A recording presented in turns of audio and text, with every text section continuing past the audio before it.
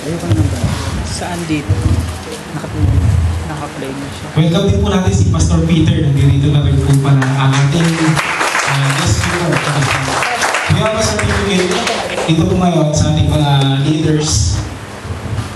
Pakibukas na po yung ilaw. Medyo madilim. Okay. Because you have served the Lord in His church through the faithful exercise of your gifts and because of the body of Christ has been enriched by your faithfulness, we awarded the certificate of appreciation to Crisanto A. Lado. 1 Corinthians chapter 15, 58. Therefore, my brothers and sisters, stand firm, let nothing move you, always give yourself fully to the work of the Lord, because you know that your labor in the Lord is not in vain. Ito po yung isa sa mga namin. Okay? Praise God? Tingnan lang kayo, para makita kayo. Okay? Tingnan lang kayo dyan. And, ito po, tatawagin ko naman, laging busy to, lagi siyang busy. Si Brother Franklin G. Hortado.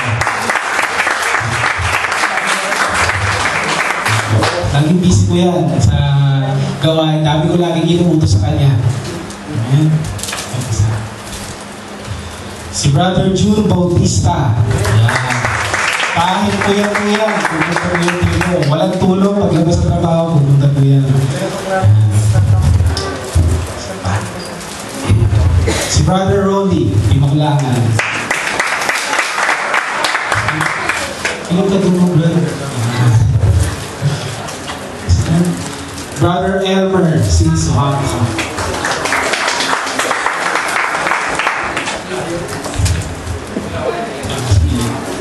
And Brother Alvin De Sosa. Ito po si Brother Alvin. Talagang napakalaki ng ginawa ng Diyos sa buhay po niya.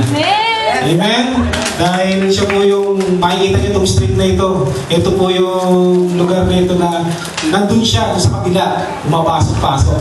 Ngayon, dito na siya ngayon. Amen? Praise God. At ang muli po, si Brother Guy Elevado. Sila po yung kasakasama ko po sa pagluto dito sa buhay po ng Diyos. At yung iba po na hindi ko po natawag, maraming salamat po sa inyo.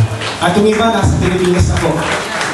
Praise the Lord. Palakpakan minsan pa po sa ating mga kapatid. Praise God. So ngayon tatawagin ko po, I will call to... Sige na, open na tayo na.